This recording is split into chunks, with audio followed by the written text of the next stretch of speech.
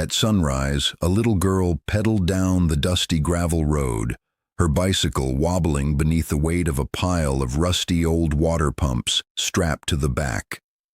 Each clank and rattle set off a fresh round of laughter from farmhands leaning on fence posts and old men sipping coffee on porch steps.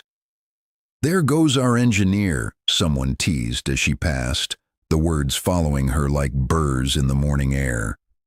A neighbor's pickup slowed so the driver could shake his head in disbelief, while a cluster of mothers at a mailbox exchanged puzzled glances. "Can't believe her parents let her drag that junk home."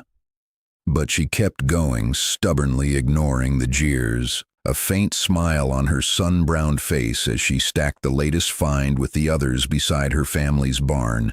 Inside, her mom only sighed, wiping her hands on a kitchen towel, but her father fixed her with a worried look.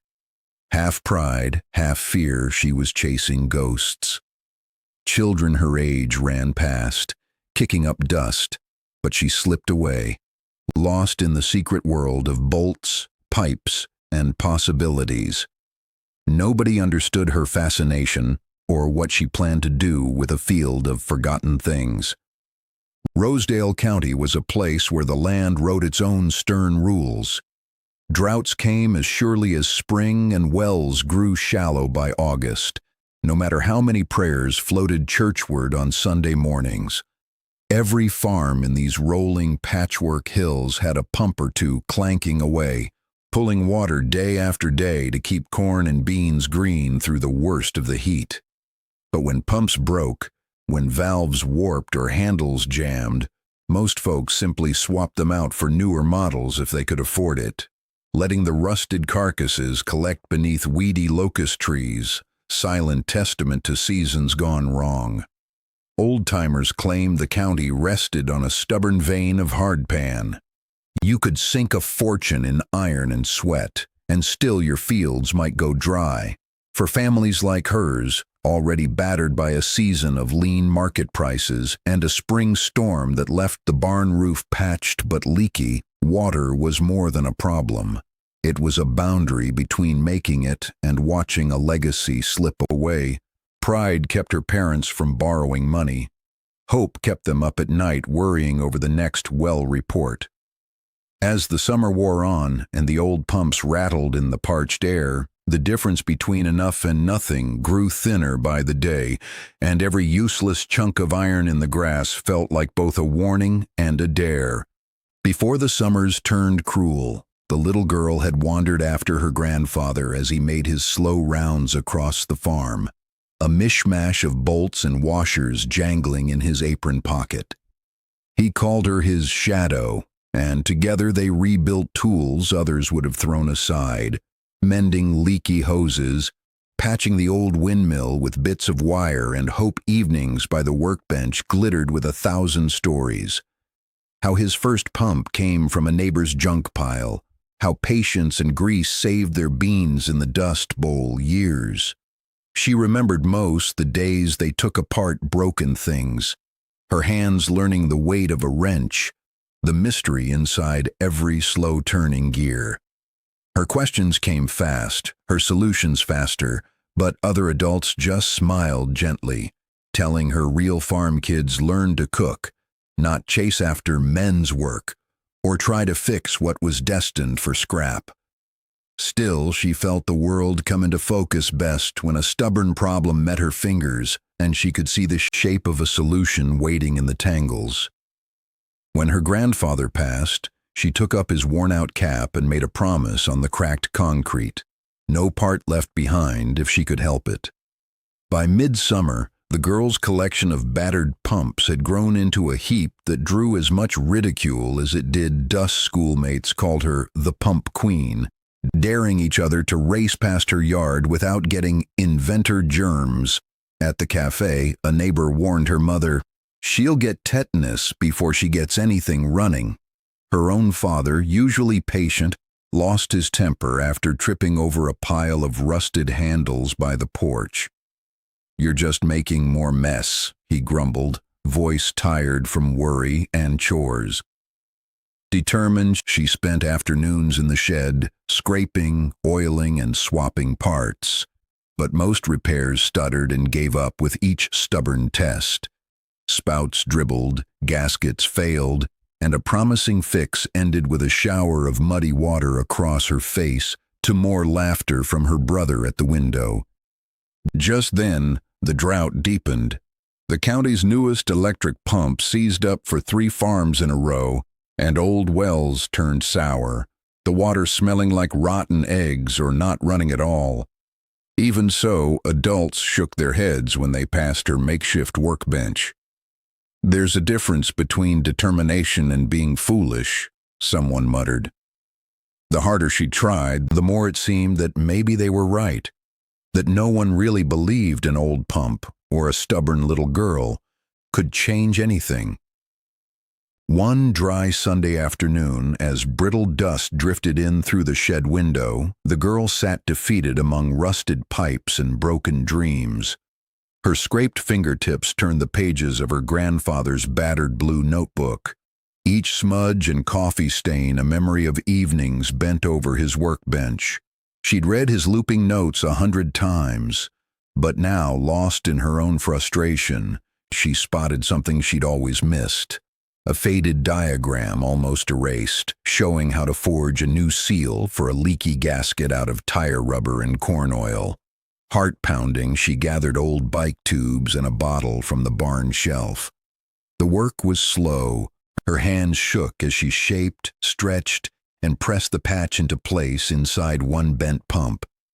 For the first time all summer, when she cranked the handle, water surged smooth and strong from the spout, spattering the dusty shed floor. She whooped with joy, barely believing the result. Exhausted but grinning, she remembered her grandfather's words, "Nothing's dead until you give up on it," and realized she'd been handed not just a fix, but a way to make old pumps better than new. That night, she stayed up plotting how every cast-off part held a secret waiting to be found. Armed with hope and fresh ingenuity, the girl plunged into a frenzy of repair. She scavenged bike tubes from the junk pile, cut rubber gaskets by hand, and dipped every stubborn bolt in her grandfather's old corn oil recipe one by one. Broken pumps became puzzles, handles swapped, valves sanded smooth, leaky washers replaced with slices from soup cans. Every morning she bowed over her workbench while the rest of the world chased easier solutions or simply waited for rain. Under the crackling midday sun, she inched heavy iron pumps across the brittle grass to new hand-dug wells in the yard and garden. The air was thick with smoke from distant grass fires, and at each turn, something threatened her progress.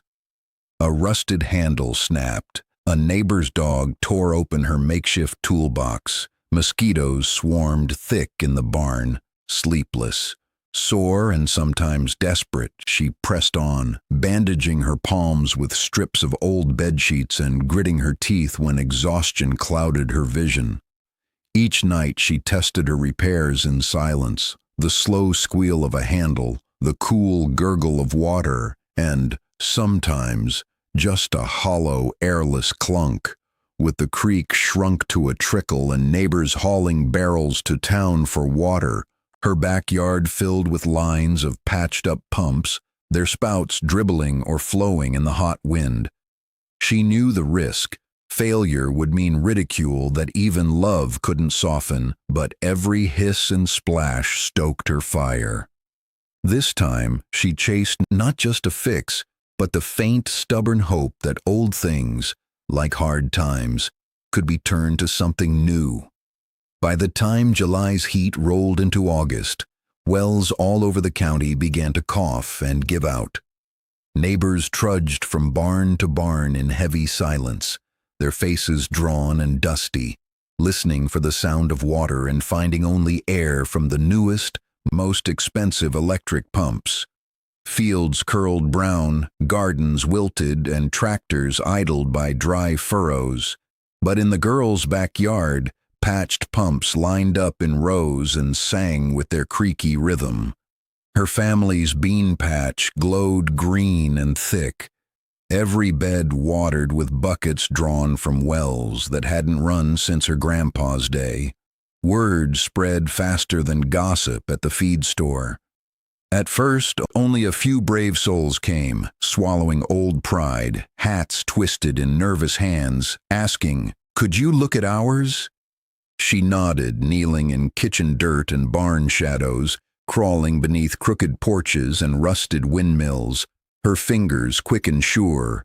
Soon she was everywhere, repairing neighbors' pumps, sharing new patch recipes, and teaching others how to bring their own iron back to life.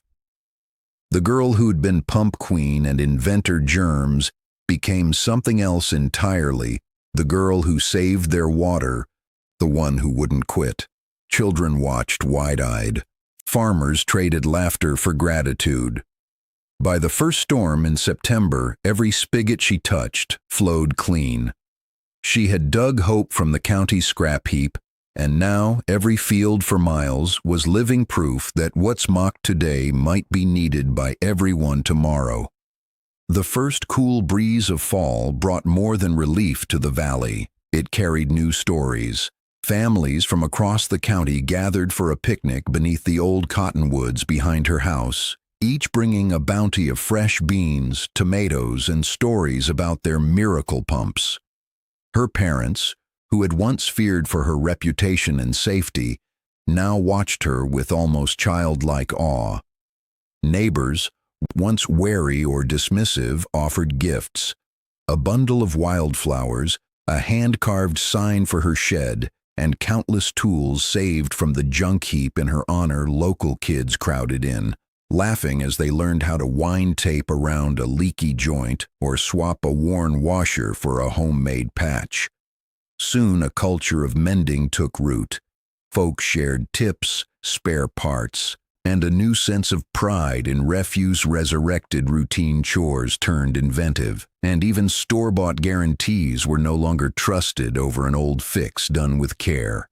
Around every porch and barn, hands greasy with oil and hope celebrated a simple truth: that with enough faith and stubbornness, what saved might one day save everyone else.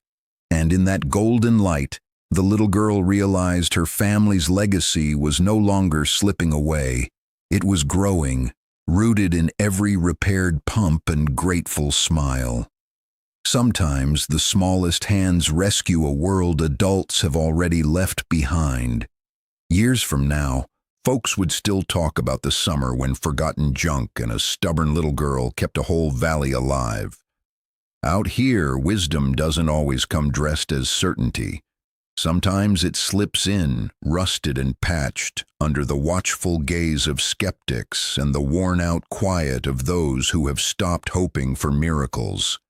The truth is, every field hides its share of buried treasure, and not all miracles arrive as thunder or rain. Often they look like ruined pumps in the twitch of grease-stained fingers refusing to let go. She proved that what the world laughs at today can become the tool everyone needs tomorrow. Her story is a reminder. Sometimes it's the oddest, simplest deeds that rescue an entire community when everything else fails. What strange, useless thing have you clung to only to see it become someone else's saving grace? Have you fixed, mended, or stood your ground when no one believed? Share your story in the comments. Tell us where you're watching from, what you've saved, and the hope you've built out of scraps. Subscribe and join our family of believers, where love for old things and new ideas keeps every story flowing, even in the hardest drought.